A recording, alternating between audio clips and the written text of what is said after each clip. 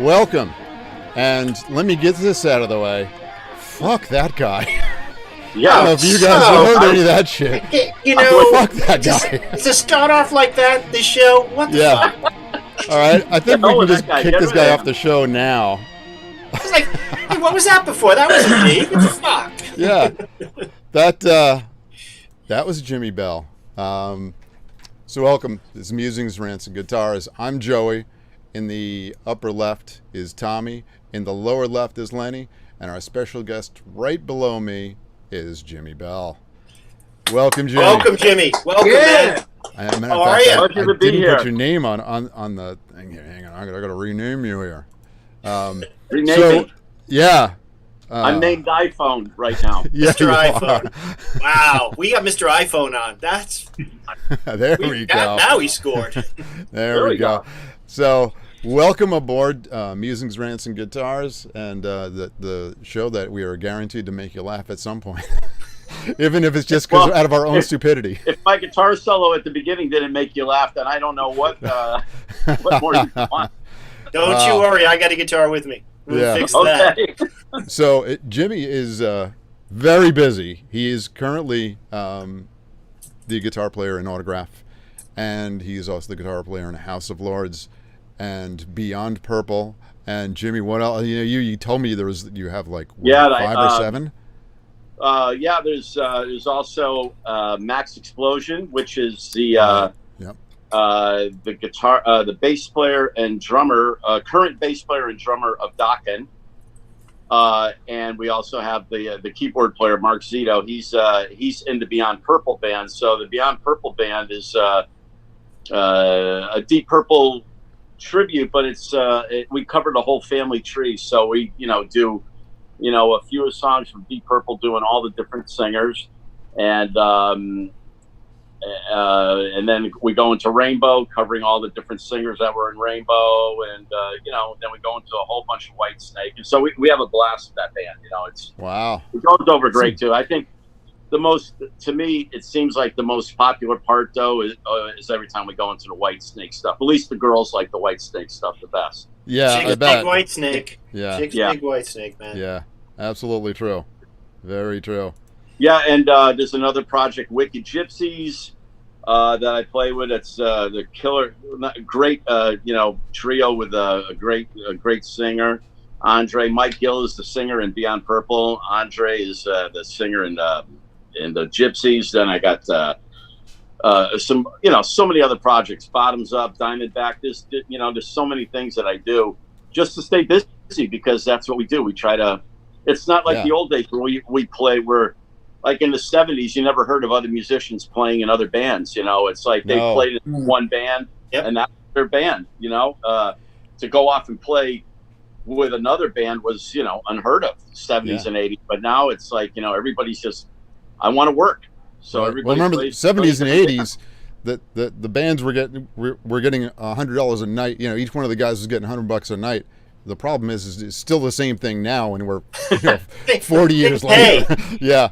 So now that was the big joke about this COVID thing is how much more money the musicians made by staying home. Yeah. It really is. It's it was funny. I was making a joke last night because the guy paid me close to $200, but I had $1,000 of bills sitting on my desk. So I'm going, okay, I can make this happen, Like, right. Yeah. Right. But it is, luckily I prepared myself for this disaster a bit. A lot of musicians live day to day, which is great, to do. Yeah. I've done that for a good part of my life, but I was very blessed that I happen to think ahead a little bit, and at least I'm not like it wasn't total devastation when all this happened.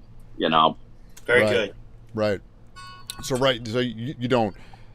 You are a full-time musician. So Full time, no this day is- job, no nothing. Right. I try to do everything. Try to do everything music all the time. I have done some work in my past, but honestly, most everything I've ever done in my life has been music since I was 16. I Right. did work in a music store for a little while. Everything I did though was surrounded by music. And the only job that I did that was not musically related is I helped a buddy out doing landscaping, and I really had a good time doing that. I actually had a blast. Because I was outside doing physical work. I felt like a man. I was out there. Yeah. Doing stuff. But It is man's work doing that. It really is. Yeah. Yeah. So, so tell us, how did you? I mean, we've had Steve on. Obviously, we had Steve Lynch on just a few weeks ago, and he's the one that turned you on to us, right? And it was great to have you on. Wow, it's like having royalty here. It's fantastic. This is great. So, how did you transition into Autograph? How did that happen? Well, it actually goes back a little bit. Back in the day, in the 80s, this is how far back this goes. I was endorsed by Kramer Guitars out in New Jersey. Mm-hmm. And I played a bunch of NAMM shows with them. And at one point, they used to have a NAMM show in Chicago years ago. So the band I was with played that NAMM show for Kramer. They had this big jam thing called the Kramer Duncan Jam. So it was Seymour Duncan and Kramer hosted this big thing. It had everybody there: Eddie Van Halen, Jeff Beck, Leslie. I mean, everybody you could think of was at this performing. But Autograph played that night right after the band that I was in played, and that's how I met Steve.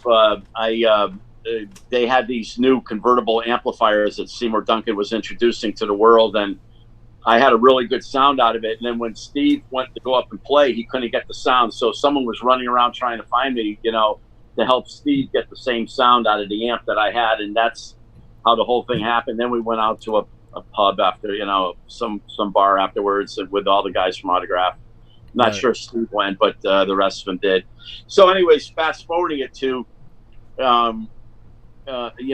quite a few years, later, Autograph, the new lineup, with Simon, Randy, and Mark, and Steve were performing at a club up close to me. And they asked the band Max Explosion to open for Autograph when they played at the club. So we were totally psyched. So we went in there and I reintroduced myself to Steve, and then that's how I became friends with all the rest of the guys. And then every time they came to Connecticut area, like Mohegan Sun Arena or anything like that, I would go see them. And then my friendship developed with everybody else in the band. So cool. basically what happened is I woke up one morning in July, this month, in fact, and Steve had been, talking about doing a project with his fiance at the time. And I saw, some stuff on the internet a little bit, but then a couple weeks later, he made an announcement. I woke up to it and said, I'm leaving Autograph. I gave my notice, whatever. He quit the band. He wanted to go do this new project, venture off. So when I finally saw that announcement, I decided to get in touch with Randy. And I said, it was very simple. I said, Randy, I know you're getting a million phone calls right now, but I would like an opportunity to audition for this. And Randy actually said, honestly, we have a very short list of people we're even considering. But he says, I'm definitely going to add you to the list. Well, like a week later, more and more talking, they sent me 3 songs. They said, here, why don't you do these 3 songs and, we'll fly to LA and, you could do an audition there. Well, I had so much time, because I learned the 3 songs so quickly that I said, well, give me more. Right. Give me something. What's 3 songs? I mean, if I'm going to go to LA, I want to play a bunch of songs. So that's what happened. So I started learning their set. I said, send me your set list. So I ended up learning the entire set list, and then I was calling up Simon. We were FaceTiming, going over vocal parts, and I think the fact that I could sing harmonies really helped clinch the. Right. It really helped with the gig because really solidifies it there, man. It does. I mean, I'm not a solo singer. Like, I can't. I won't do a song by myself, but I can harmonize. My voice will blend right in very nicely. So I worked out all the parts, and that really impressed them the most, that I showed the initiative. Like they could tell that I wanted the gig because I was going the extra distance. I was really pushing for it. So really, I mean, it's all about networking. I mean, you made friends, and you weren't a dick. See, Tommy, you got to remember that. Don't be a dick all the time. Dude, I'm not doing anything about my attitude. No, Tommy, be a dick. It's fine. Yeah, because other people need gigs.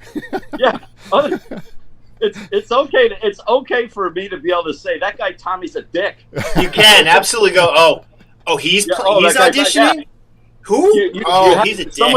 Wait, but you got Jimmy.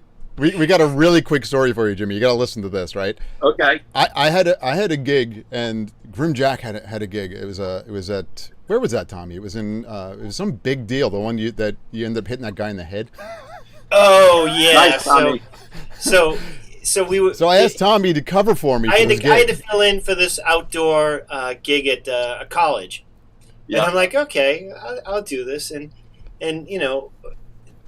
It's not that the Marshall's a difficult amp, but when someone's standing there in front of it with a flashlight looking at it, trying to touch stuff, I'm like, okay, get away from that. Don't touch the guy in the head. Don't touch the guy's amp, man. You have a better chance of touching Tommy's wife than you would his amp. Pretty much. Yeah. Anyway, I did apologize to him later because it was just, because I'm a dick and I just didn't need that on my conscience forever. But, it was one of the college interns. I have to ask you, what was the purpose of him touching the amp? Was he trying to mess with the sound, or just thought that he could go I don't know whether he was turning me up or turning me down. I don't. All I remember is clearly the back of my hand smacking him in the head and telling him to get away. But needless to say, Grim Jack did not win that battle of the bands. Yeah, it did not go over well. If it were an actual fist fight, we would have won. Yeah. Yeah.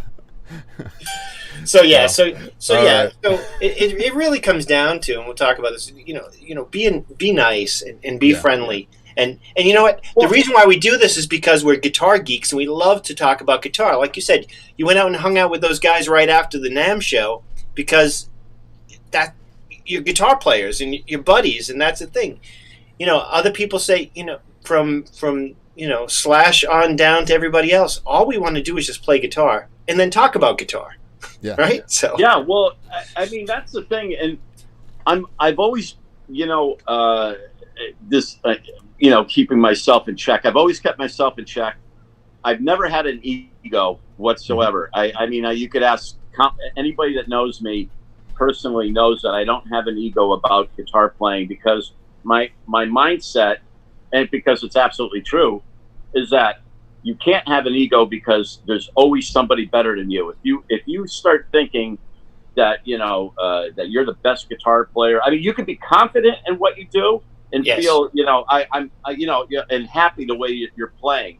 But if you start projecting an ego to people, they look at you. They look at you different. They look at you bad. I mean, I love Yngwie Malmsteen. I think he's an awesome player, but he gets criticized all the time for his ego and his the attitude and all that stuff. So it's that I always try to keep myself totally in check, and I managed to have a lot of people just like my personality. So it's one of those things. You have a good personality. You treat people the way you want to be treated. That's my philosophy. Right. And I'll tell you, I mean, I did a little bit of research on you, and man, you've had some gigs, man. So why don't you tell us that little Ozzy story you got going on, man? Well, I'll tell you, even right before the Ozzy thing, I'll even because I like to take it in stages. So Sure. Yeah, go for it. yeah. So okay, I was in a band here in Connecticut called Join Forces, and Join Forces was the first band in Connecticut to come out and do all original music. We took a chance. We said, we're not going to play cover. We're not going to mix originals with covers. We're going to come out and do a rock show, a 90-minute set, and we're going to come out and do this. So we did it, and it actually, we took a big chance, but it really took off. And then all of a sudden, we got involved with Joan Jett's management somehow. Someone from Blackheart Records took an interest in us. Yeah. So we all of a sudden, this guy from Blackheart Records was starting his own management company with a guy that owned a tour bus company. So the next thing you know, here's this band. We only had a cassette, a 3-song cassette that we did, and we're out on tour with Joan Jett. We have our own tour bus, and we are, we're in our 20s, and we're going, we're not making any money. I think we got like $10 a day to eat, but we didn't care. We were in our 20s, and we were out on the road. This was right. So all that. So we did a whole East Coast tour with Joan Jett, and she's the most wonderful person in the world. Always treated me great. I was the only person that actually has a photo with her that she wanted to take a picture with. I mean, she was absolutely amazing. And then after that, she was going to do a movie, The Light of Day, with Michael J. Fox and Joan Jett. Yeah. And they needed a band for that movie, for a band called the Huns. It was a band that she was going to join. So they picked us. So here we are. So we all of a sudden, I'm in a national motion picture with Michael J. Fox. I'm eating breakfast with him, lunch, and just talking guitars, because he's really a guitar player. Yeah. Even though he didn't play in Back to the Future, he did play in Light of Day. Right. So it was just, great experience. So, those things, that happened, and, things died down from that. And I was hooked up with Kramer Guitars, like I said to you guys earlier before we aired. So I was, with that company, and I get a call from the president, Dennis Berardi, at the time. He says, Jimmy, Jakey Lee left Ozzy. We sent them your video, and you have to go to LA. And so I said, really? I said, when? Next week? He goes, no, today. Your ticket is booked. You have to leave now. It's like, what? So I only knew like three or four Ozzy songs anyway. But, so I got on the plane and went out there. Now, they had already been working with Zakk Wylde. They kind of already decided on him. But Sharon Osbourne saw my video and loved it, so they flew me out. And so I auditioned with Randy Castile and Phil Shazam. They were the rhythm section. And, of course, Ozzy wasn't there because he, there was like 500 guitar players that auditioned for this, and he wasn't going to sit through all that. So they had to do all the weeding out of people. So I did that really good. But the cool thing is when I did my audition, Sharon Osbourne was there. She sat and watched me play because she wanted to see if what she saw in the videotape was what I really played. So once I did that, they kept me. And they said, okay, well, you're staying, and you're going to play with Ozzy tomorrow. So, I went in, and then they changed studios. We went to a big rehearsal room with a massive stage in LA there. And, in walked Ozzy. And this is the period when he had shaved his head. I don't know if you remember that period. Yeah, I do. Yeah. And he had that big tattoo that, right there. Yeah. This is a great story. I got to tell you this. I feel bad that you guys aren't talking. I know you're listening. No, that's great. This is why we're here, man. Yeah. Oh, okay. We'll interject. Okay, so I'm sitting there. There was one other guy from Sweden. I don't know who he was, but he got to go do the audition. We were at the same hotel. So he's up on stage playing. He went up before me. And they're doing Flying High again. And, in Flying High, that part where Randy does the descending tapping line down like that. Yeah. Well, this guy being from Sweden, And of course, Yngwie was really big from Sweden. When that part came up, he decided to do arpeggio sweeps. He changed it. It was going like that. And Ozzy like flipped out. Ozzy was standing behind him, going like this, make like he was choking him, and then like he was stabbing him like this. And then the guy would turn around, Ozzy would give him the thumbs up. And I would go, oh my God. I would go, this is insane. I go, I can't even believe this. So, so after, he left the studio, then it was my turn to go up. And I started with, I went up and did I Don't Know right off the bat. And Ozzy, I don't know if I'm sure you've seen him a whole bunch of times, but he would grab the mic and rock back and forth like that with it. Yeah. So as soon as I started playing the intro to I Don't Know, I had a really good groove going, and he started doing that, and the song was really locked in. And when I did the solo, he got right down in front of my amp and listened, and so I did about 4 or 5 songs. And like a freelance guitar solo, just kind of shredded by myself. Right. And after I got done, Sharon and Ozzy, sat me down and said, "Well, it's between you and Zach." Wow. And they took me out to dinner at this very exclusive restaurant afterwards with the whole band. We went to this really cool place, and then I went over to Ozzy's. I don't know what they call it, a chalet or a bungalow or whatever. He was renting there, and hung out with him a little bit there. I met his oldest daughter, Amy, there, and then I went out with the guys to the Troubadour. They took me out and went back to the hotel. And I guess the next morning, I guess they had really thought about it and decided that they were going to go with Zach. They just said that they were sending me home. They didn't say that, but you got to keep in mind too. That's where I met Zach. That's how him and I became friends. He came to my hotel room, while I was there. So he was in the same hotel. So Zach, all of a sudden I'm hearing a knock on my door. I go, who the hell's knocking on my door? Yeah. So I open the door. There's Zach Wilde standing with 2 sodas, 2 Coca-Colas, not beer, Coca-Colas. And he said, "Hey man, you want to jam?" He wanted to see what I played like, so he brought down a Rockman. We both had put headphones on, and I was really warmed up, so I was playing a lot. And he was, he even said at a guitar clinic, because a friend of mine was there in California. He said, there was this guy Jimi Bell that was the runner-up. He says after hearing him play, he says I didn't think I had the gig. He says, so I mean, that was really cool of him to say. And, every time Zach came around and I was able to come in, he's always so friendly to me, wonderful guy. But it was just one of those things, it was really, that was, a very difficult thing.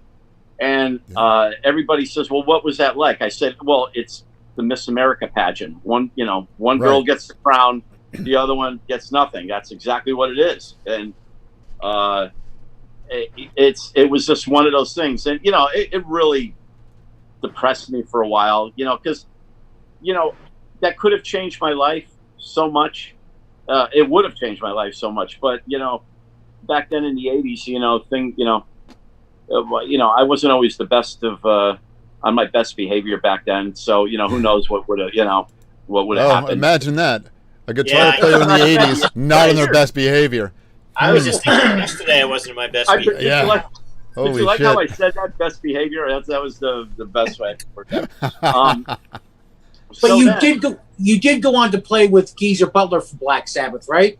Yeah. So this is what happened. I'm home for a month and all of a sudden my phone rings, and this English gentleman I answer the phone. He goes, hello. He goes, hello. He goes, so he tells me it's Geezer Butler, and I'm going, bullshit, it's Geezer Butler. One of my friends playing a joke about Geezer Butler by any means, Right. But then he started saying that, he was putting together a new band, and Sharon sent him my tape. And the next thing you know, he had a house in St. Louis, him and his wife, Gloria. I guess Gloria's family was from St. Louis. So they flew me to St. Louis. Geezer literally picked me up at the airport himself. He picked me up at the airport. We went directly to a pub, and we were, drinking beers there, right at the airport. Didn't even wait to go some other place, And he brought me to his house. Gold, platinum records lining the whole house. And we worked on some stuff a little bit. I came back home to Connecticut. And then the next thing you know, I go to England. He's flying me to England to put me up these beautiful places. And we were with an agency called, I believe they were called Smallwood Taylor, which handled AC/DC, Ted Nugent, Iron Maiden. They were from England, okay? They were a massive agent. Yep. They had us. So it was really weird because I was just rehearsing. But this is when money was being given left and right. This is the 80s when record deals were being given for huge dollars and everything. Right. So I'm just rehearsing with Geezer. I'm making a weekly salary, getting paid weekly to be in England just to rehearse, along with a very good daily per diem. And I never ate that much food of what the per diem was. Right. So I kept stuffing the money, kept saving all the extra money. Yeah. So this was a great experience. So long story short, we showcased for a bunch of labels. MCA Records was one of them, and they signed us. I believe it was MCA Records. So I come home back to Connecticut, and I get a phone call from Gloria Butler. And it's another one of those dreaded phone calls, just like the Ozzy thing. Like I said, most people would just run out of the business after a couple things like this, but not me. I just keep staying. She says, "Jimmy, I have terrible news." She goes, "The person that signed you to MCA got caught embezzling money or something from the company, something really wacko like that, or did something. He got fired. All of his projects got fired. The whole thing." So I was back to square one and not doing much. And then Geezer, Geezer went out, and the next thing I know, okay, so here's the next thing. Mm-hmm. You guys can jump in anytime. I'm just telling you. No, just keep going. You're good. You're good, man. Okay, man. All right. I have stories. Oh, wait a minute. Hold on. Before I go into the next thing, I want to tell you, how long do we have anyway? Is there a time? No, we don't have a time limit. We're good. Okay, I'm going to tell you this story real quick. So I'm in England. I'm in England with Geezer Butler. We go to he wants to go to Warwick Castle in Warwick, England. So we take his two boys, Biff and James, and it was supposed to be two of Ozzy's kids. Gloria was babysitting Amy, and I don't know if it was Jack the next one down or if it was Kelly. But anyway, one of them spilt red paint all over Geezer's carpet and wasn't allowed to go. So we took Amy and the two boys, Geezer's boys. So we go to Warwick Castle, and this castle was amazing. It looked like they had dead people that were stuffed. They were waxed people, but they looked so real that I actually went up to shake one of the guy's hands because I thought it was a real person. That's how real it was. Wow. So we go up into the lookout tower, because they didn't change this castle. It was they had the old spot, lookout tower, and we're hanging up there longer than we should. And so the next thing, Geezer says, "Well, we should probably go back down the tower." So we take 3 steps into the tower and realize they didn't modernize this tower at all and put lights in it. The tower is pitch black. You can't see anything. So he had his boys.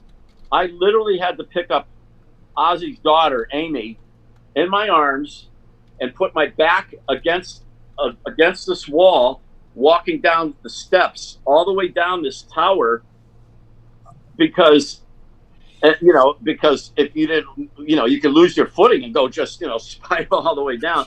Christ. So, wow. So all I was praying the whole time was, please, God, don't let me drop Ozzy's daughter. It was, I swear, it was like when I got to the bottom, I was like, you know, could you imagine what would have happened to me? Ozzy would have bit my head off or something. I mean, like any other bat, right?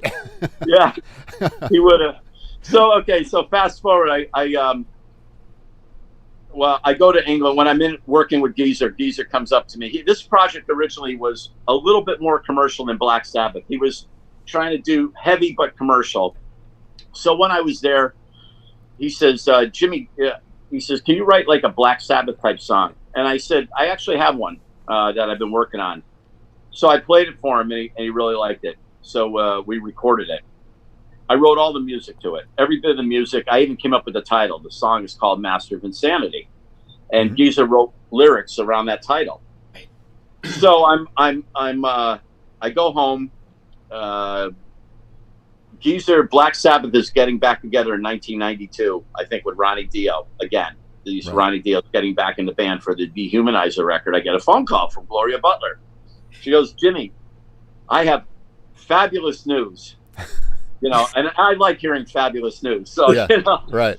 She goes, we're going to be using your song, Master of Insanity, on the new Black Sabbath Dehumanizer record. And I was like, oh, my God, I'm so psyched. I said, thank you so much. She goes, but there's one stipulation. And of course, it's a stipulation. And I go, what? She goes, we can't give you songwriting credit because we have to say Geezer wrote it, because Tony Iommi will never let a song from another guitar player on Black Sabbath record. Yeah, okay, got it. So it makes total sense, but, you know, very, very disappointing. She goes, Geezer's going to put your name in the special thanks. I'm going, wow. All right. And she goes, when the tour is over, we will pay you for the song.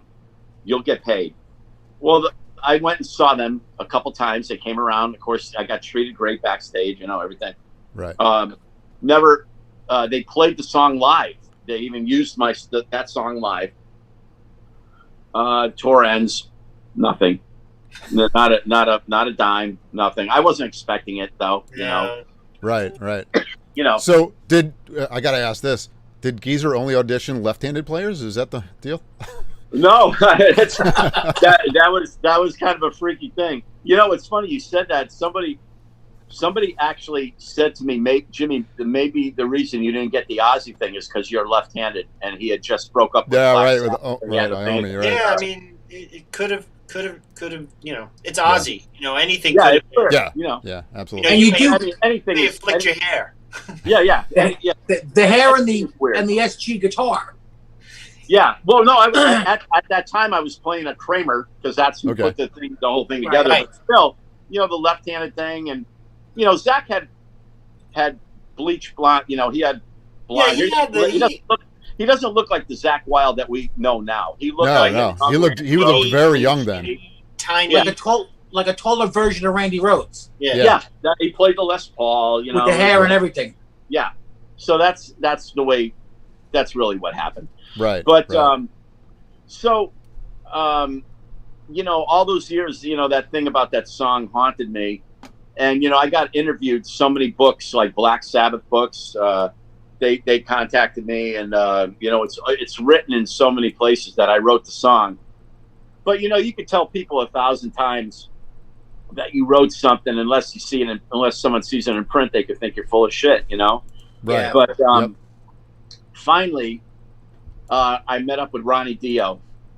He was doing his solo Dio project, and I got to meet him. And I go, "Hey, Ronnie, my name is Jimi Bell." He goes, "Jimi Bell, Master of Insanity," and I went like, "Whoa, oh shit!" Yeah, dude, that's wow, that's killer. That's So Ronnie knew. He knew the whole story. He knew that I wrote the song, and he said, "Jimmy," he says, "I told them to just pay you. I don't know what the big deal was, you know, because after the Dehumanizer album, he had another out with Sabbath. Right. So he said, I told him to pay you, so I don't know what the whole thing was."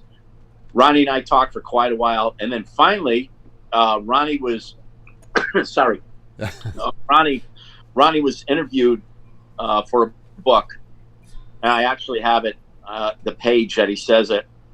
In the page, he was saying that he wrote most all the lyrics. He had a hand in writing all the lyrics for all the songs except for a song called Master of Insanity, which Geezer wrote the lyrics for, and the song was written by Jimi Bell. Ronnie Dio wrote it, has it in a book.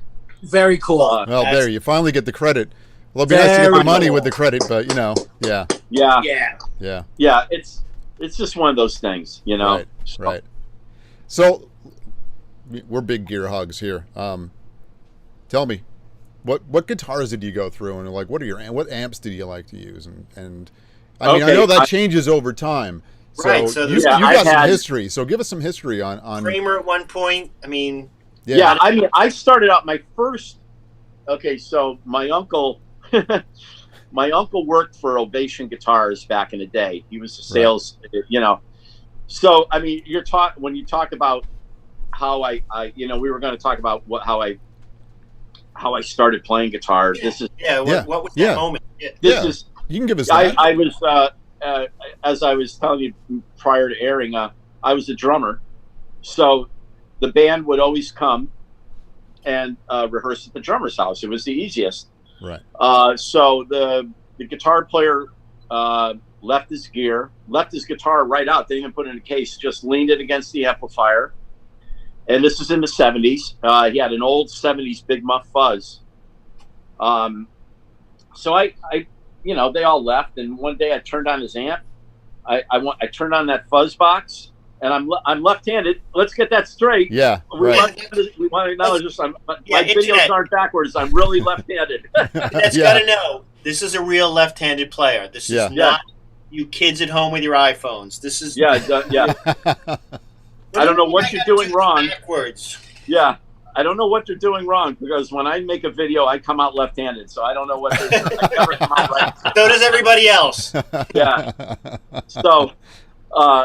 So basically, I took this guitar, turned it upside down, and I turned on that Big Muff Fuzz, and I hit this low E note and started messing around. And that literally changed my life right then and there. And they also brought a record over, and I put on this record, and it was the Johnny Winter and album, the live Johnny Winter record. Rick Derringer. Bobby Caldwell. That's a Bible, man. Yeah, and it's a Bible. That record has the most amazing, even to this day. That record has the most amazing guitar playing on it. That live album. Yeah. Even Rick Derringer was absolutely incredible on that record. The two of them just on fire through the whole. Oh yeah, I put on "It's My Own Fault," like their version. I must have listened to that a million times. "Good Morning Little Schoolgirl." I mean, I just played those songs nonstop, and that record just. I just flipped out when I heard Johnny Winter, because, there was so many blues players. You had your typical B.B. King type, blues playing, which is totally awesome. So much feel. You had all the Albert Kings, all those guys. But Johnny Winter had the fire. He just he played blues, but he had all these amazing chops and everything as well. 100% agree. That was a huge influence on me as well. I mean, the other record, Captured Live. Yeah, he's just nonstop tearing it up, and just seeing him live over the years, even to the point where he was sitting down, he was still playing with that fire. I mean, he's just he's another level player. We talk about that on the show too. He was just someone who could play anything too. I mean, he doesn't get represented a lot, but I mean, he could play Chet Atkins style. Or he could the thumb pick, it's amazing. And just completely, and then always having great bands, so again, I saw a Johnny Winter on this TV show, and he couldn't play that loud, so the amp was very clean, and the guy was still ripping through this clean amp. I'm totally like, right. I would have dropped the guitar and ran. Hey, height. You get to use this twin, and you play on 3. I'm like, okay. What we got here? Let me see. Yeah. Yeah. Yeah. Okay. Definitely. So He could do anything. He could do anything. Yeah, that record changed my life. And then, so that was my first influence. And then a buddy of mine turned me on to Deep Purple. And then I discovered Ritchie Blackmore. Right. And then once I discovered Ritchie Blackmore, that was it. And then later on in life, I've been playing fast guitar way before Yngwie was out or anything. I've been doing this style for a long time. I was influenced by Al Di Meola. So yeah, I kind of took, Al Di Meola's, accurate picking hand. That was the whole thing. I said, if you're going to play fast, you have to play accurate. You can't, this hand can't go faster than what this hand's doing. Everything's got to synchronize. So I kind of took Johnny Winter, Ritchie Blackmore, Al Di Meola, and created my own style. Those are my three guys. That's a huge spectrum. I mean, to think that Blackmore covers so much, right? Yeah. The breadth of his playing is amazing, and Al Di Meola is, another person with the fire. I saw his stuff him come out and just crush, in 30 seconds of coming out on stage, just completely demoralizing every single guitar player in the audience because he just, comes there's out. A big fuck you for that guy, right? Yeah, big fuck you. He comes out and you hear, Anthony Jackson going, Oh. And then Al comes out and goes,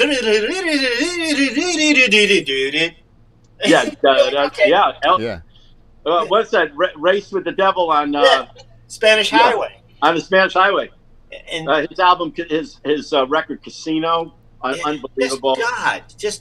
And then when he teamed up with Paco de Lucia, John McLaughlin, spectacular, stellar, beautiful.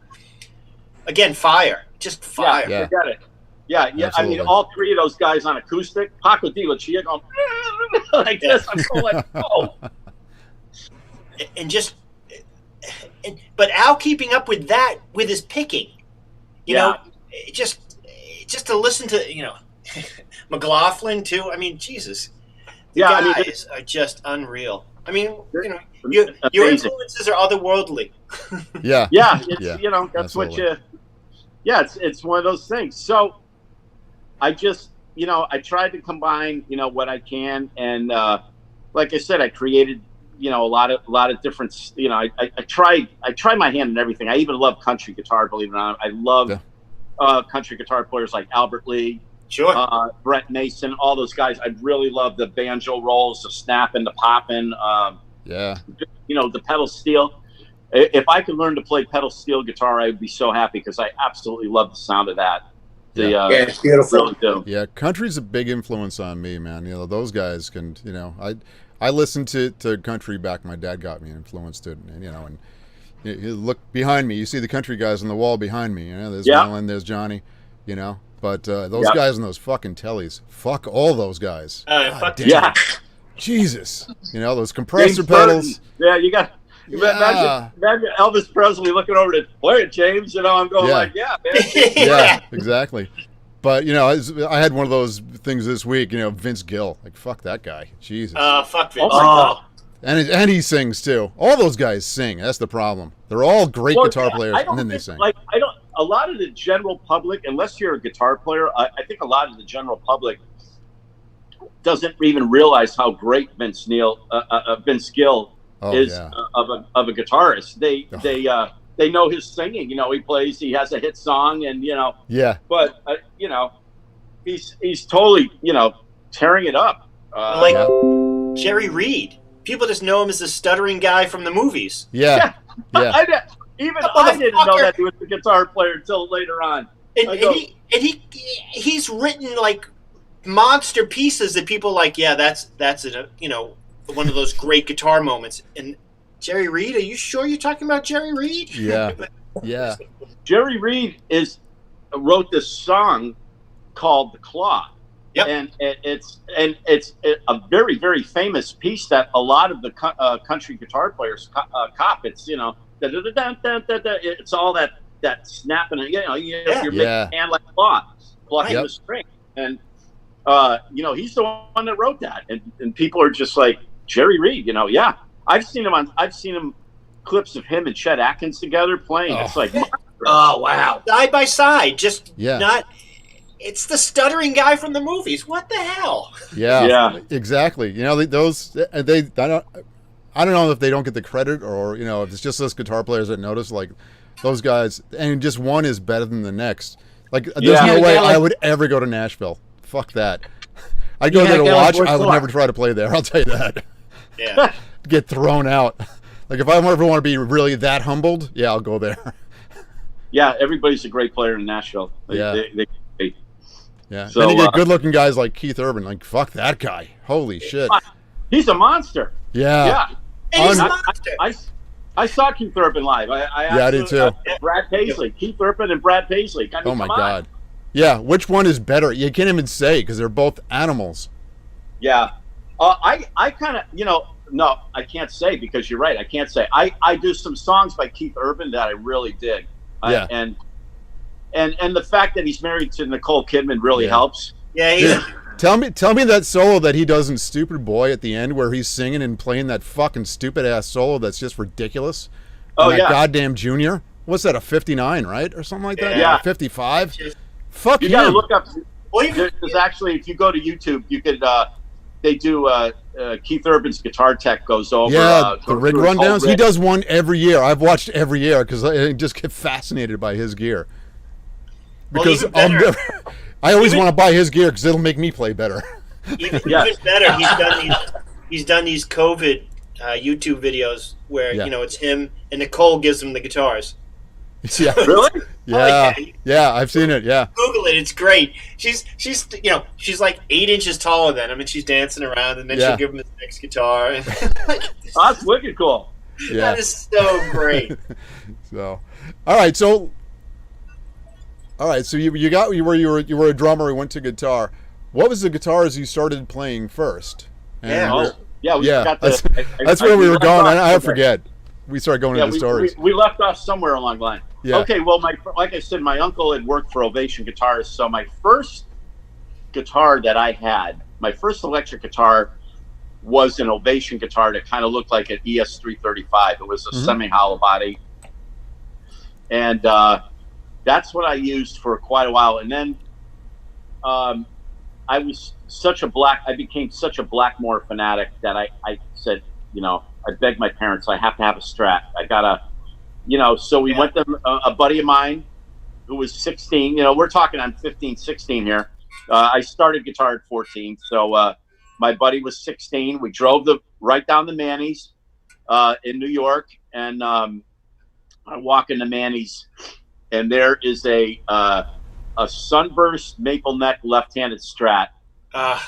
And I had to have it. And back then it was, you know, it was a USA made Strat, you know, or 70s. And it was like, what, $235? It was like, I got my first Strat was like in 79 for $315. Yeah. And it was funny because the 70 Strats had the worst neck pockets in the world. Like, you could take that neck and Hang on. I gotta tune my guitar. Get back. Yeah, it would literally shift in the case. Like, I would go to a gig and pull the thing out. I go, why is this guitar out of tune? I just tuned it before I, you know, and I wasn't using gig bags back then. It was hard shell case. You know, I don't understand what's going on here. Well, then all of a sudden you pull the neck and go snap, and then all of a sudden you're back in. It was the 3-bolt design. That was a terrible design. Terrible. You know? And right. I knew about this really quick story. I was doing a favor for somebody, and you know, I was doing like a corporate gig, and one of the sales guys was a guitar player, and he brought his Strat, and it was all fucked up, and I go, dude, I'm going to take this from you, and you're not going to like what I'm going to do, but I'm going to give it back to you, and it's going to play great. And he goes, what? And I go, you take the neck back and give it back to him, and it's perfect. Oh. So, yeah, of course. That's a weird thing they did. Right. Yeah, it's so you know, I'm one of these guys that goes through phases of everything. Like, I'll get guitars.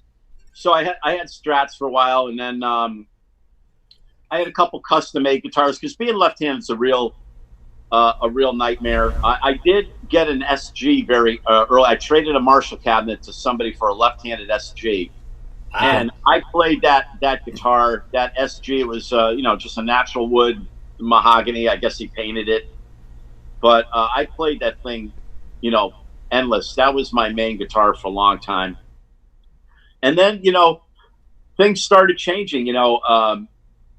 Along came the '80s, and the whammy bar thing started getting really popular. So it was just so funny how this happened. I ordered a Kramer.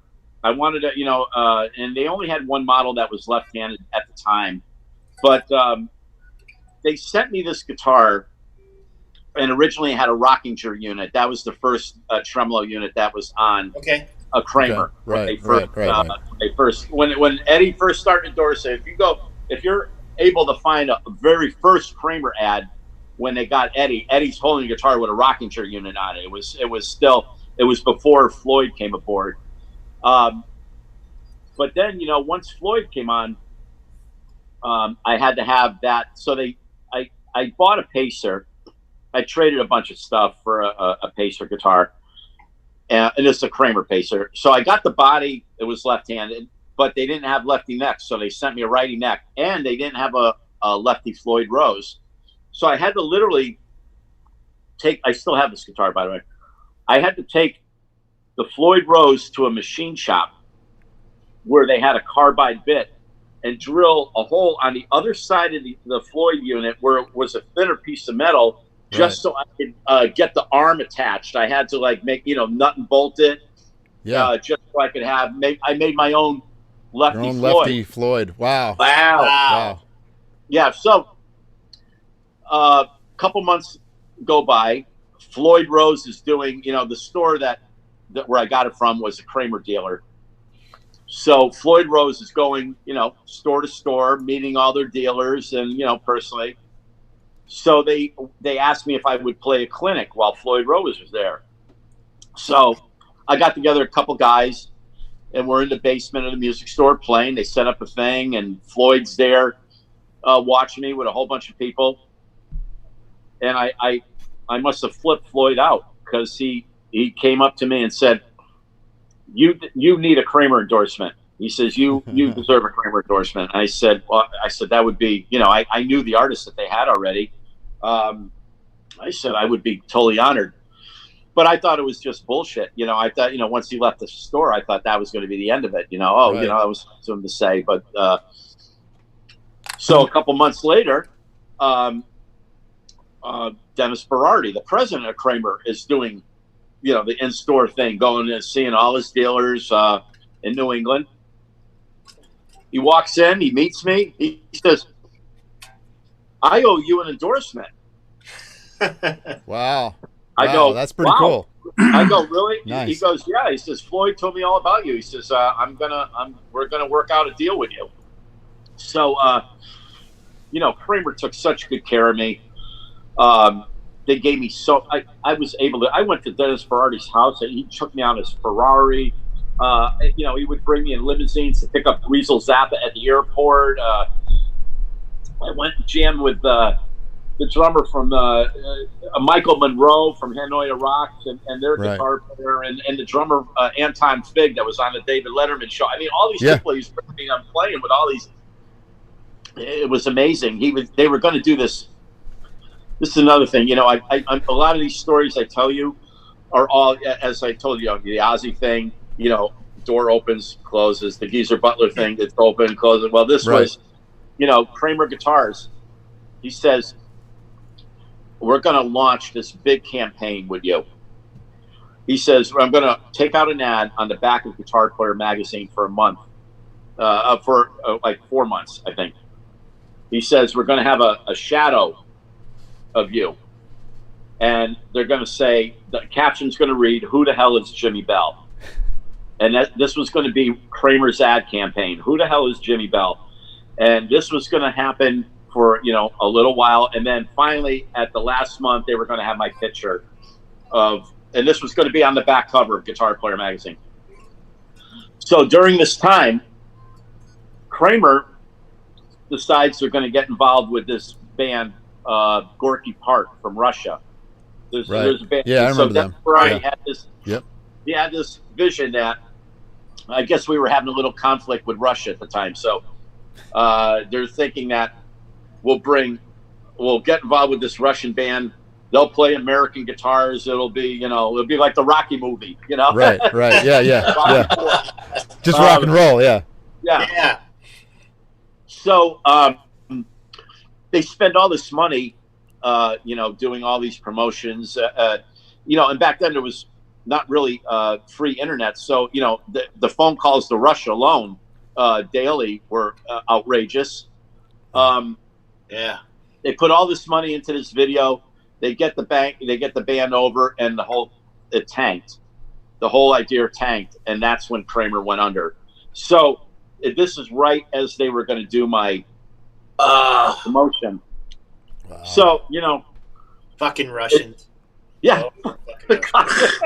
Fucking commies. So there you go. I mean, these are a lot of the situations that have happened, but it never discouraged me. In fact, good. I think what it did was just really make me stronger in many ways because. Oh, absolutely. Yeah, I always look at it like this. I always say, well, if I never had any door that hadn't opened, then I would say, nothing's happening. But I've had all this brush with so many successful things that it just kept me, motivated to keep going. And then 2005, that fast forwarding up ahead, I get a call from James Christian, the singer of House of Lords, and he says he's putting House of Lords back together, and he asked me if I ever wrote a melodic rock song. Do I know what melodic rock is? And right. I said absolutely. I said I've written that. I had no idea what a melodic rock song is. I didn't even know what he was talking about. But I write those. I write those. Yeah. He said when someone asks you when you have an opportunity to do something, you don't say no. I don't know what that is. You say, I'm all over that shit. You're gonna learn. I'm all over that. Yeah.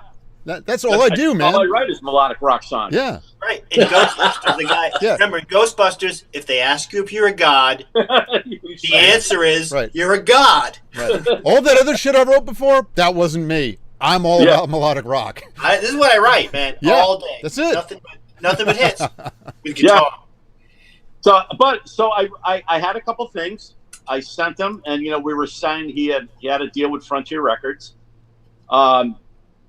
I sent them, and he loved them. And I ended up learning along the way about a little bit more about how to write a melodic rock song. Like, it wasn't, I'm a huge AC/DC fan. That's my favorite band in the world, just so you know. It's like, I love that music. Yeah. Straight ahead, balls out rock songs that just make you tap your foot. Every song that AC/DC plays, I could, tap my foot to. That I just love the band. Yeah. Both. I'm not a either Bon Scott or Brian Johnson. I love both singers, and though I wrote a lot of songs that were like that, just straight ahead rock songs. But when you write with a melodic rock band, you do different things. Like when the chorus comes, you modulate, the different to a different key, or So I learned a lot of things.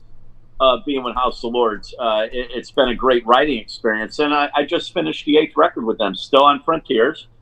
Awesome! So it's congratulations. Yeah, thank you. It's been I've been in the band for 15 years. Wow, the only that's downside, pretty cool, man. Yeah, the only downside with the band is that I really wanted to tour more. I wanted to play a lot more, and for reasons unknown, we just to a different key happened, but. It was still great to, I've been all over the world with House of Lords, everywhere except Australia, and we were almost in Australia, but I've been to Japan and, so many places, all over Europe, everywhere in Europe. So, and then of course that led up right up to, as of a year ago this month, joining Autograph, which an anniversary. Yeah, I'm beyond thrilled to be with Autograph. I got to tell you guys, man, I absolutely love those guys. They're incredible to work with. They're just down to earth people. I love Randy Rand, Simon and Mark. They're just incredible people. I like writing with them. We just released a song called Souls on Fire, our first song that we wrote together. Right. And, as soon as I knew that I was actually going to audition for the band, I actually started writing for that band. I actually had song ideas that I was putting together specifically to play for Autograph. So I think, when we were talking about the whole band situation, they saw not only the fact that I learned their entire set list, that I was practicing the vocals, but I was writing songs. So I go, look, guys, I have ideas. I want to, show you this. Right. So, it worked really good. That's great, man. Yeah. Looks like you got the right spot there, right? So now you recently just did a gig with Autograph last week in Colorado, right? Yes. Now, how was that? With the pandemic, everything, did they practice social distancing or tell you to wear a mask? Or obviously it wasn't like it would have been before. What can you tell us how that experience was now? It was well, I will just start out to say, seeing I hadn't done a gig with them since their Monsters of Rock cruise, which was in February, it was so wonderful to be on stage with them again, regardless of what the situation was. It was great to be with my Autograph family on stage again. And it was set up a little weird. Originally, this was a big festival. This was supposed to be Loverboy, Ace Frehley, Slaughter, us, and something else, someone else too, and maybe Great White. I forgot. I don't have the poster anymore, but they couldn't have that many people. It wasn't going to be allowed, so they moved it to a biker bar, a smaller venue, but it was an outside biker bar where they had a massive area, and they were going to let in a total of they were putting a cap on about 8 to 900, possibly 1,000 people. They couldn't let any more in, so they kept us as the headliner because the Freedom Fest, I guess, Autograph has played there many times, and they really like the band there a lot. So that's what they did. They wanted to keep us. We flew out there. So the situation was this: the stage was set up, kind of kitty cornered a little bit. In front of us, they had like 8 picnic tables in this area, 8 or 10 picnic tables in this area. Where they allowed 4 to 6 people to sit at the most. And then off to the left of the stage was the big parking lot area where they had all the other tables where everybody else was. So okay.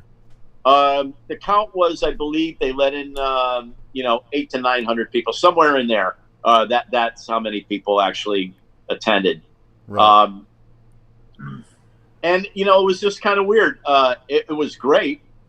I think I think in a lot of ways there was some weird. There's 2 things. People want to come up in front of the stage. They want to interact with the band. They want to be right there rocking out. So them not being able to do that, affects how they. I don't want to say how they react to a song, but it's not as energetic because they have to be so far away. You know what I'm saying? Yeah. So it's like, especially the people that were way off to the left. It's like, oh hey, it's like one of those things. Yeah. Well, musicians, we definitely feed off the crowd. You know what it's like. If there's a good crowd, all the crowds are good, but if they're not as excited, you don't get that that adrenaline rush, Yeah. Well, this is the first gig that I that I had played. Yeah.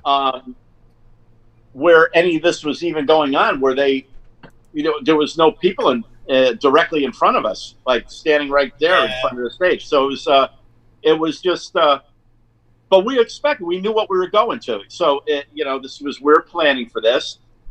We said, and we were just very grateful to be playing. That's how you got to look at it right now. Any band that's out there that has an opportunity to play, regardless of the situation, whether everybody in the whole place has to wear a mask or whatever, you just got to be grateful because nobody's playing. We were the only band to have played in Colorado in months. Wow. They couldn't wait for us to play because we were the only band to have played there. Right. Now, this may be, I don't want to ask you how much you got paid, but did the promoter bring down the pay scale at all? Because I didn't have that. No. All right, that was good. In fact, he actually, because of the fact we originally we had 2 gigs. One of them was before this, and then we were going to Colorado. Well, the gig that we were supposed to be doing first, obviously got canceled. It was another festival. So, financially, it had to make sense. Even though we wanted to play so bad, it had to make sense for us to get out there. But the promoter was so awesome. He, stepped right up to the plate. No, we want you guys. No problem. He gave exactly what Sullivan Big wanted, So that was our agent negotiated and it came through with flying colors. Oh, that's good to hear. Yeah, we're with a great agent. We're with Big Time Entertainment, and that's Sullivan Big's agent. He handles, everybody. Queensryche, Slaughter, Striper, Vixen, Great White, Black and Blue. The list just goes on and on of the bands. So we're in very good company, and he's a great agent. I think Sullivan is just a super nice guy too. I was so happy when I actually had met him in person and we talked for the first time when he welcomed me into the band and everything. So it was very cool. Yeah, super cool. That's great. And man, you got to play live. That's right now. They were so grateful that we came out there and played. Yeah. But then at the end, people just said to hell with it, and they when we did turn up the radio, they just kind of like, what are you gonna do when you play that? I mean, people just they just flock to the table. Play another song. No, that's pure energy too, man. That brings it. That's awesome. That's great. It's like nice to hear some of the stuff. It's a sign of hope. Yeah, I mean, you see the weird things that are going on. A couple of the country concerts, like even Doro played a metal concert over in Europe where it was all, the cars drove up. It was I saw that. Yeah, did you see her jump off the stage and interact with the people? It was amazing. Yeah, I saw that. Oh my God. She totally rocks, man. She was on the rock cruise with us. That was a great thing. The Monsters of Rock. I had never played a Monster. I'd never even been on a cruise ship before. I never played a Monsters of Rock cruise. So you guys are almost like a regular on those things. What's that experience like playing on the high seas? Well, honestly, it was. I didn't know what to make of it. I've flown, like I said, I've flown all over the world. I have no problem with airplanes whatsoever. But I actually got a little butterflies, like looking at the size of a cruise ship. I didn't even realize how big they were. It's a building. Whoa, it's a freaking building. Back when you hit the city, it's like the Love Boat on steroids. Yeah. And this was a massive ship. This whole thing is sold out with maniacs like crazy, and you got 35, 40 bands all playing at different time slots and crossing over each other or going like, I go, how does this work? But we had great time slots. We really did. We lucked out, and it was a great experience. A girl that's friends with the band, actually, I was chatting with her prior to going because I knew she was going to be on there, and I said, I've never been on a ship. I don't know what to expect. So she actually had sent me some patches to wear behind my ear because I wasn't sure, and I didn't want to go on my first Monsters of Rock cruise and get sick, from motion. Right? I wasn't sure. I wasn't sure how I was going to react. So it was more like better safe than sorry. So I wore the patch. I was fine. I think the funniest thing though is, a whole week after, getting off that cruise ship, I literally had what they call sea legs. I sea legs. Yeah, you're rocking. It's a real thing, man. It is a real thing. It's wild, man. You know, I've been on a. I haven't gone a long time, but I went a few with my wife. My wife is a terrible sailor. She can't. She'll just. She throws up as soon as she walks on the ship. Oh. But getting off, those first few days are like, wow, what the hell? Yeah, I wasn't expecting that. I get up out of bed, and when I got home, and I'm like leaning like this. I'm going, what the hell is going on here? So it was something. Very but cool. So far, man, everything's a great experience. I'm sorry we shifted away from the gear thing. If you want to go back and talk about that, sure. Hey, right then, we however you want to, we want to make sure that you get what you want to say. Oh no, well, I mean, let's put it this way. Before I had Kramer, I'll just tell you one thing. That a lot of people see my guitar. If you see my guitar in that video, you'll see kind of a piece of plexiglass screwed to the top of the guitar. Okay. Well, the reason that's on there is before I started playing Kramer's, there was a company in Burlington, Vermont that called Time Guitars that was making guitars. And I had a Flying V and an Explorer. So I got used to resting my picking arm on this big hunk of wood, like the top part of a V, I gotcha. Right. or the top part of an Explorer. So when the Kramer gave me the first guitar, not only was the Floyd not recessed at the time, it was up high, but they had this big, arm cutaway on a body, like all the Strats do. Well, I couldn't play the guitar. My picking arm was locking up because of that cutaway. So I said, I got to figure out what to do here. I says, I can't play this guitar. So this guy says, look, this is the best we could do. We'll cut this piece of plexiglass and we'll cover up that cutaway. We're just going to have to screw it onto the guitar. So basically, I did that. All my guitars that had bodies like that, I had to have a piece of plexiglass cut. And what that does for my picking arm, it levels it. In other words, so I'm not cramping at all. So I rest my arm right on that piece of plexiglass. And I got a nice even flow for my. I actually split the screen, and I have that video. They just did a close-up as you were talking about that. There's a close-up of that. It's pretty cool. Yeah. So all my when you go back to watch it again, you'll see it. It looks great. Looks like I actually know what I'm doing sometimes. Yeah, look at you.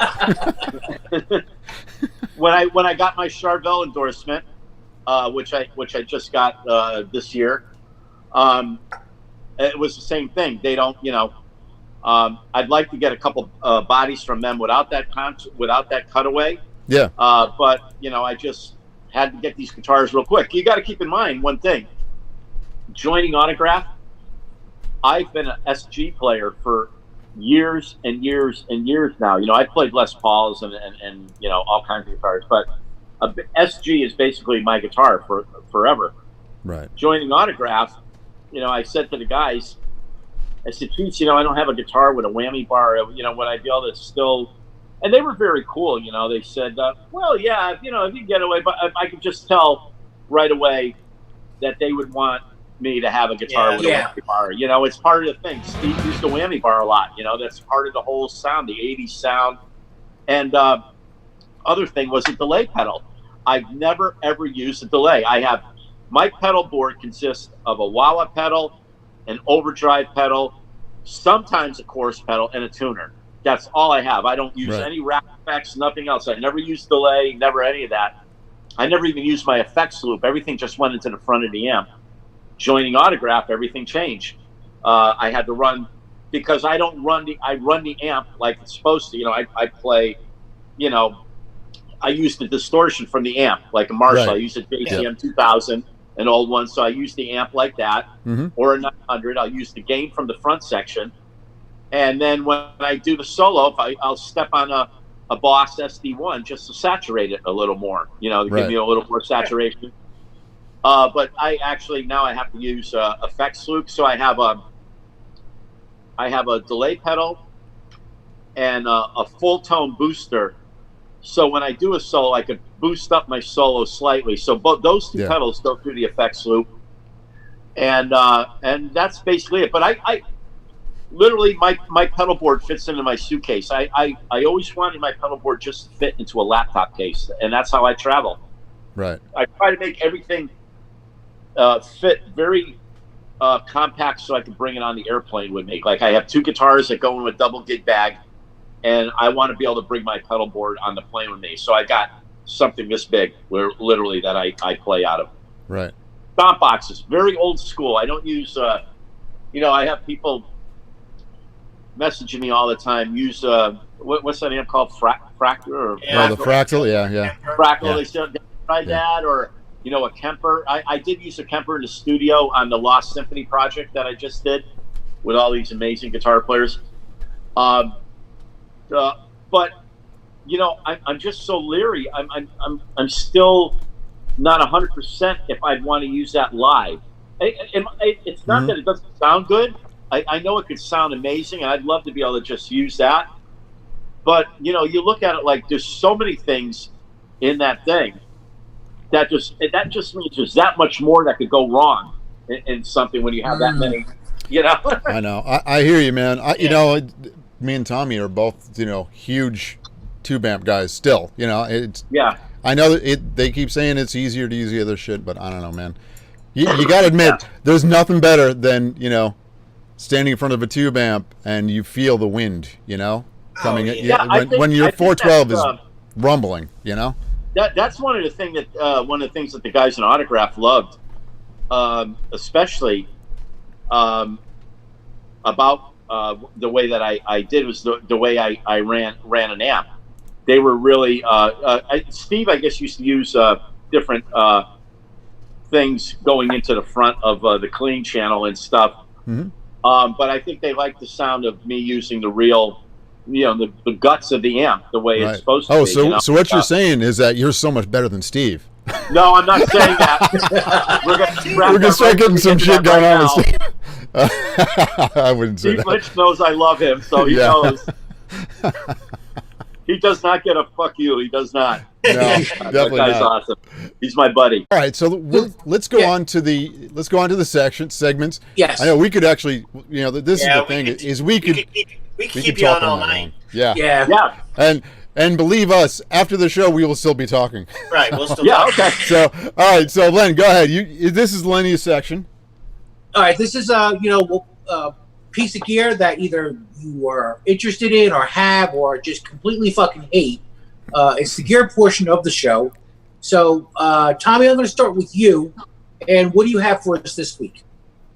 All right. Well, 2 things. Last week I bitched about the new X little amp and thinking originally it's a super pig nose is really what I thought it was. A wireless pig nose, pretty much. But I took it upstairs and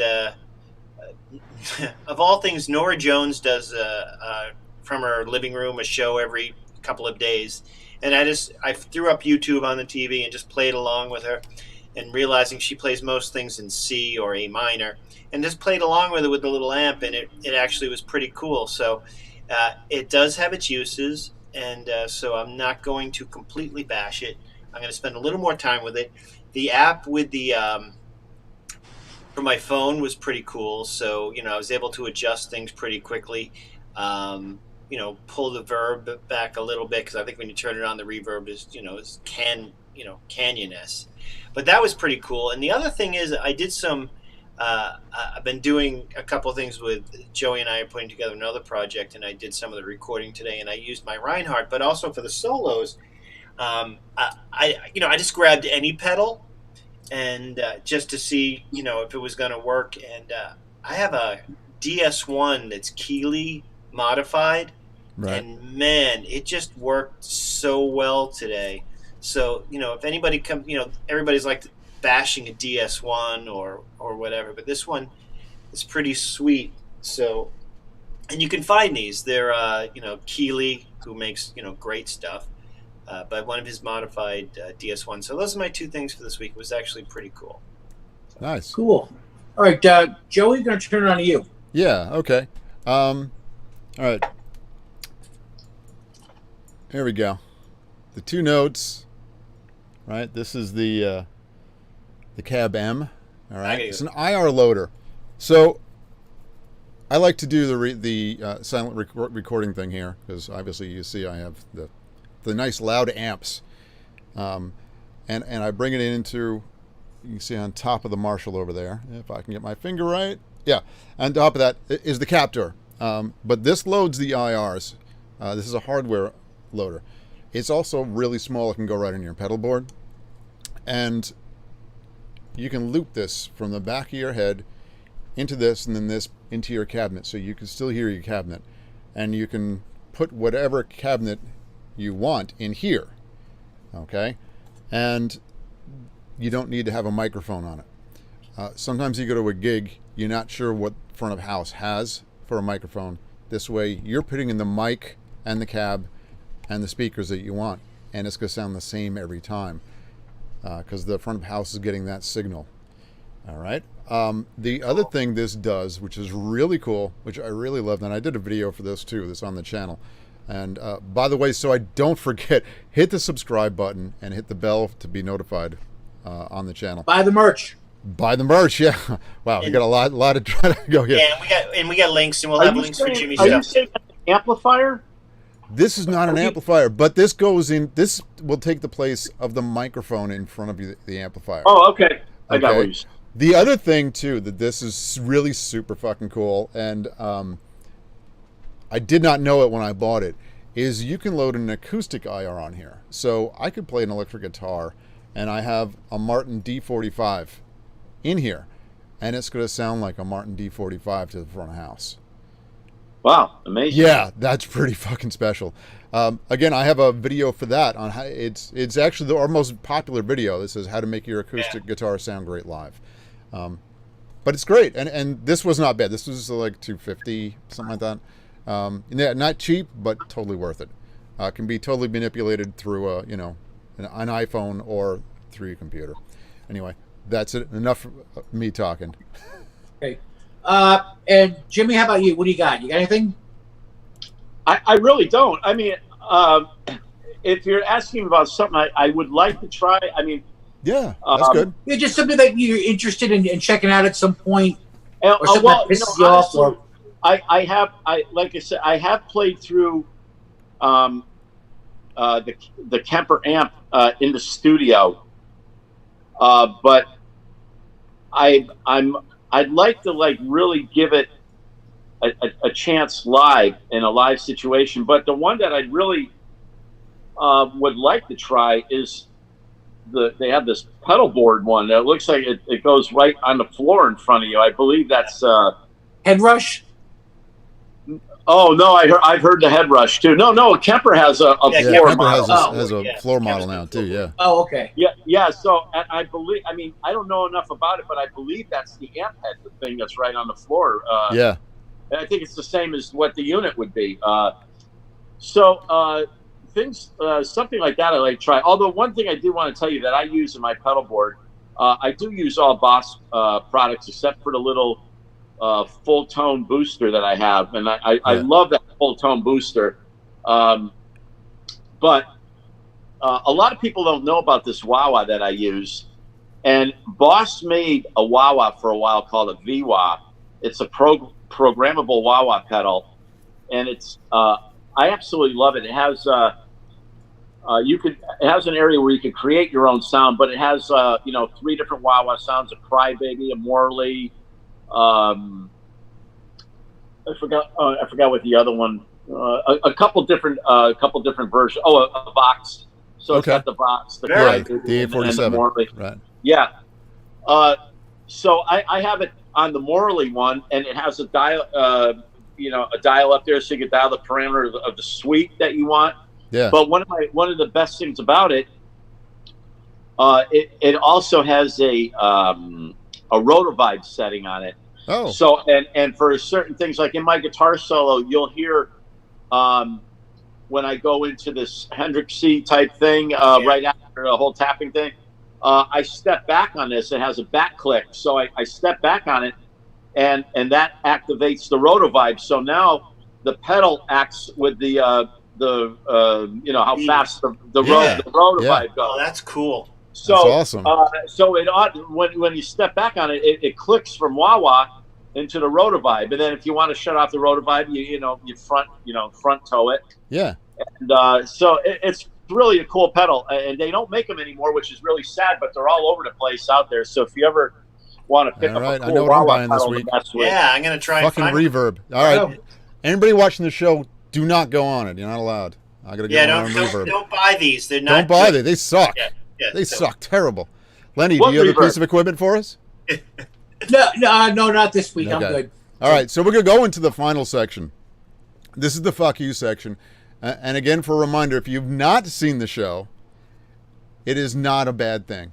If you get fuck you'd on the show, that's the highest compliment we can give you. All right? Because you keep us down. Yeah. So I usually don't start myself. I'm going to start myself as an example. So the fuck you really means, fuck you, you're playing so good.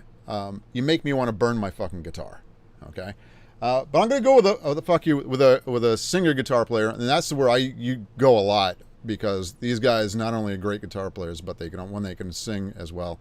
I'm going to go old school, and I saw him last time I saw him was about 4 or 5 years ago out at a little tiny place out here on the island that there was maybe 30 people at. Okay.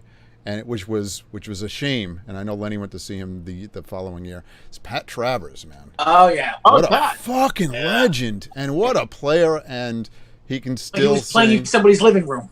Yeah, it was a small place he played out here, and I got to hang with him afterwards, and all the guys in the band were great. The other guitar player that was playing with him that time was Kirk McKim, who man, became like a friend of mine. He was like handing me the guitar. I was like, here, try this out.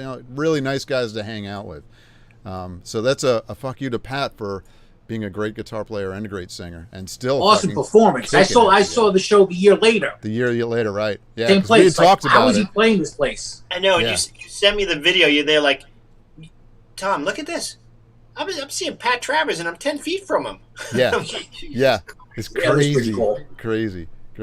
All right, Pat uses his early days on his records. He had he really used his effects really good. Yeah, he had it. He had the floor flanger. Really cool stuff. You know who else? I guess I could give a fuck you to him when it's my turn, but I'll. You can go ahead and do it now, man. I'll put you on the spot right now. You can give a fuck you. Fuck you to Frank Marino. Yeah. Wow. Unbelievable guitarist, man. Absolutely. I have my favorite shred guy. If you want to know who my favorite shred guy is, Nuno is definitely one of them. Nuno Bencourt, but Paul Gilbert has always been my favorite shred guy. He's gotten fuck you'd on here a lot.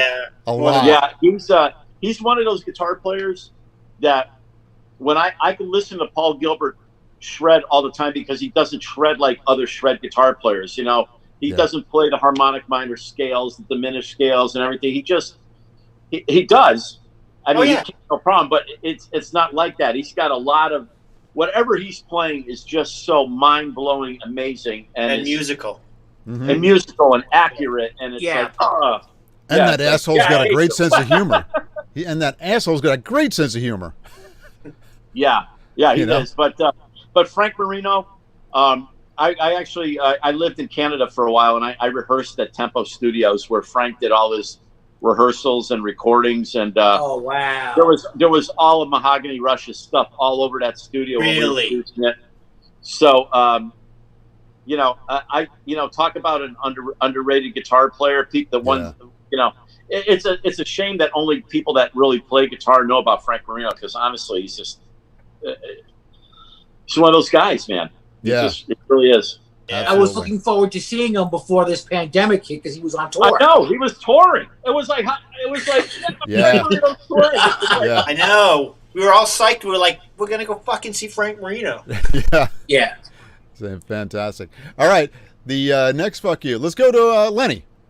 All right. Well, who do you got? So many guys to choose from, and I listen to so many guys on a daily basis. But the one that I'm going to go for that keeps coming back is, again, old school, is I got to go with Leslie West. Wow. Uh-huh. Yeah. I mean, the guy, turn everything up all the way over, and he gets that sweet sound, and I mean, killer riffs, but at the same time, sweet as pie in his playing. Yeah, and absolutely incredible. I can't even believe you mentioned Leslie. I love Leslie. Yeah, West. one of my Stunning favorites, shit. and like Mississippi Queen is a cool tune, but it's not really one of my favorites. I mean, he's got a whole catalog. What really stands out for me is the place and time when he was recording this music. It's just so perfect. It's so special. I used to love that song, Never in My Life. I think Never in My Life is a great song. Never in My my God. But what he got out of a junior, what he got out of a Les Paul junior, it's just like, oh, God. And, it was like there were no effects. It was just turn it up and go. And it was all hard soul feeling. And, not many guys like that can pull it off anymore. But, I always have to give him respect. And one of my favorites. Absolutely. Yeah, definitely. When we're off air, I'll tell you my story, and it's not bad. It's not about Leslie. I'll tell you. We'll do it off air. But so I've been one of the things I've been trying to do is listen to entire albums lately, right? Because my mindset, so much shit's been shuffled all the time. I hit shuffle on the iPod, shuffle on Google Music and everything. So I've been trying to find stuff to listen to, and I got a whole list of things, but somehow I stoner rock hit my ear, right? And I've been listening to a whole bunch of people like Buffalo Kings and a few people like that. But then I went back and I listened to Smashing Pumpkins' Siamese Dreams. Okay. And that record is absolutely stoner rock, and he can write great riffs, play great guitar, and sing and write those songs. I just think Billy Corrigan can fuck himself, because that's just amazing. There you go. Shit that he did for those records. I mean, and served the song, right? Through the whole thing. But I mean, it's shoegazer, half of it, half of it's stoner rock, some of it's pop. That record was an amazing listen to go back to. So fuck Billy Corrigan. Yeah. All right. Very good. Well, we got that out of the way. That's yeah, we did. Well, that was great. I'm gonna put a little bit of a video on of Jimmy, and we're gonna say goodbye. But I had a great guys. This was a fabulous interview, and I really like this. It's the first time I ever used this Zoom app, so I really liked it. It was very, very cool, very easy. Yeah, we went through a few things, and again, we've been working this up for a while before we got on. Before we did this. Yeah, we had some issues in the first couple of shows, man. Okay. We actually used to use Skype, and man, did we have some fucking problems, dude. Oh yeah, it was terrible. Oh my God, everything was cutting out. You wouldn't hear me at all, or you'd hear only me, and you wouldn't hear anybody else, and it was terrible. So we ended up doing the Zoom thing. Jason on as like the guinea pig for like 2 weeks. Well, he wasn't working. Yeah. So it was great, and he was a great interview. We'll have him on once we figure out how to do this. But this worked out fabulous. It was so great having you on. Great stories, great playing. Gold. Fantastic. And the stories. Black Sabbath stories and Ozzy. Holy shit. Darren, honestly, he's his wife. They're like, fucking what do you out again? Yeah, no, it's so I've had a lot of interesting things, honestly, the one thing I could say in signing off is I have no regrets about anything. Great. Everything has been. I believe everything happens for a reason, and I believe that this happened. It brought me to this place right now that I'm with Autograph, and I'm very grateful and very happy. Awesome. I hope to see you guys out when we play in the area. I hope you'll come out. Absolutely. Absolutely. Absolutely be there. Yeah, absolutely. All right. So we're going to sign off, and Jimmy, stay on. Subscribe, everybody. Subscribe. Hit the button. Subscribe. Hit the button. Buy the merchandise. Yeah, don't forget, follow Jimmy. He's got his own page. Follow his bands, Autograph, House of Lords. Go see them. Okay? Max Explosion. Beyond Purple. Max Explosion, Beyond Purple. All right, guys. Thank you. Thank you so much, Jimmy. Guys. Great time.